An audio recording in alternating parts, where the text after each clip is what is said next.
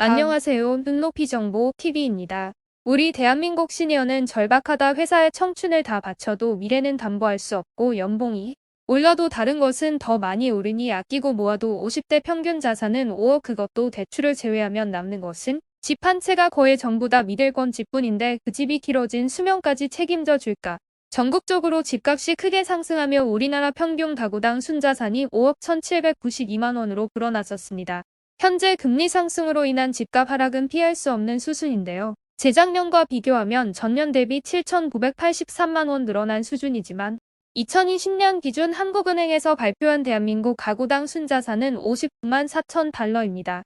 프랑스가 57만 2천 달러, 일본이 50만 달러로 우리나라가 프랑스와 일본보다 가구당 순자산이 높은 걸로 나타났습니다. 이 두 나라는 일찍 자본 축적을 시작했던 선진국임에도 불구하고 종합적으로 순자산은 우리나라가 이들 나라보다 더 많다는 것인데요.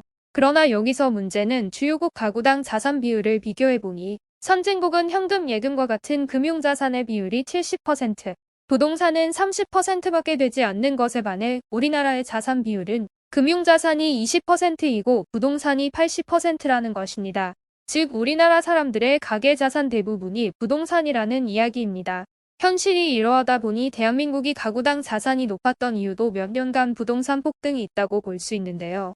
그런데 계속 부동산이 오르기만 한다면 크게 상관없겠지만 만에 하나 일본처럼 부동산 폭락이 온다면 우리의 미래 자산은 어떻게 될까요? 우리나라도 이제 노후 대비 측면에서 집의 미래에 대해 생각해 볼 필요가 있습니다.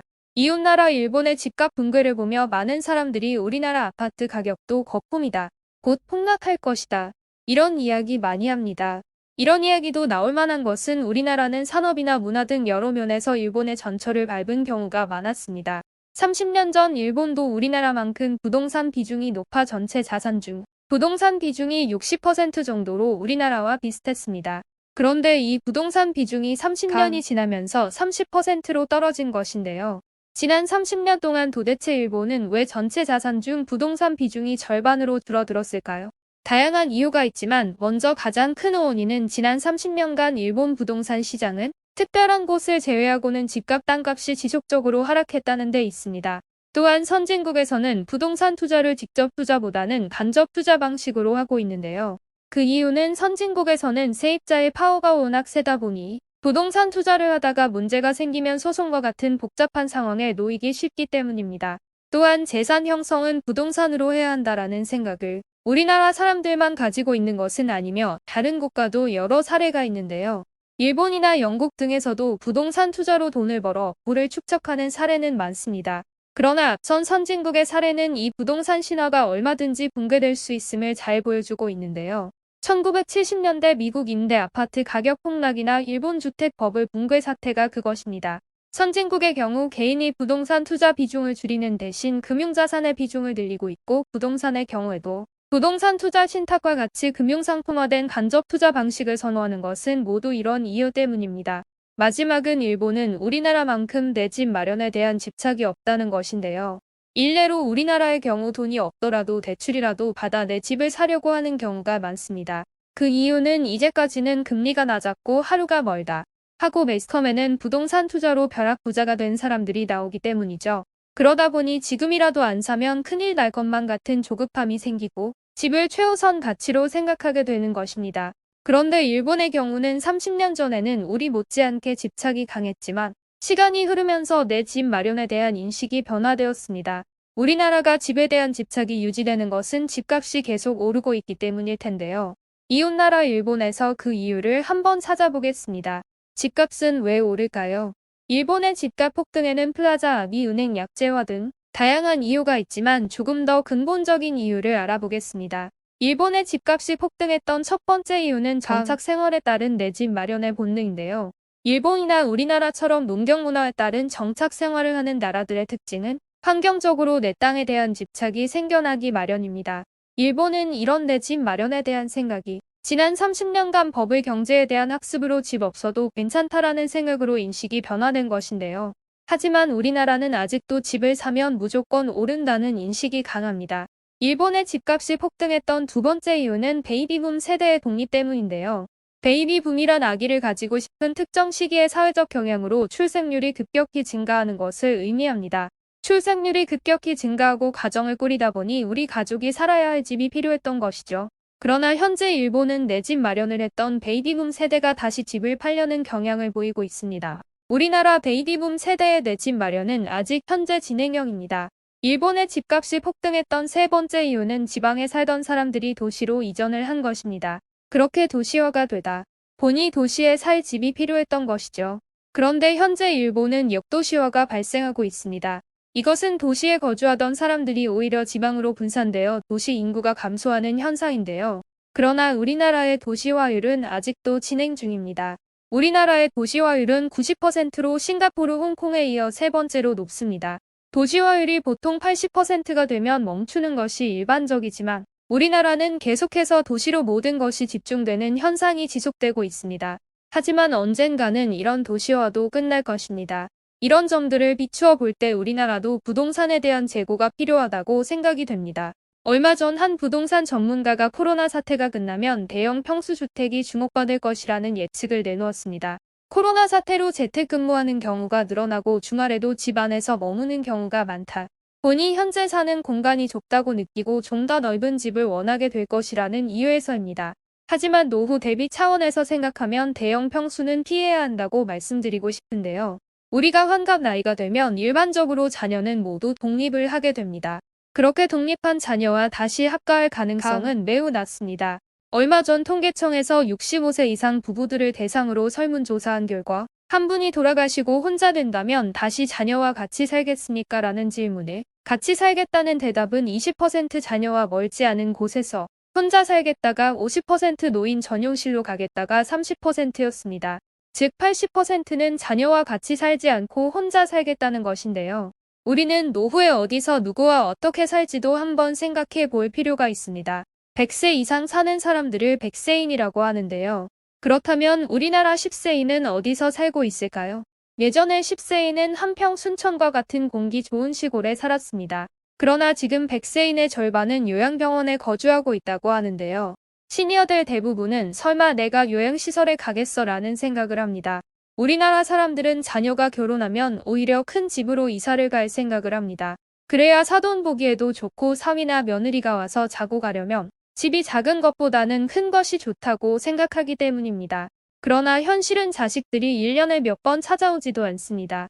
지금까지는 희소가치 때문에 대형 아파트가 인기 있었지만 우리나라 인구가 5,100만 가구 수는 2,100만 가구입니다. 그 중에서 1에서 1인 가구는 1980년만 해도 전체 가구의 15%였던 것이 2019년 전체 가구의 58%로 늘었습니다.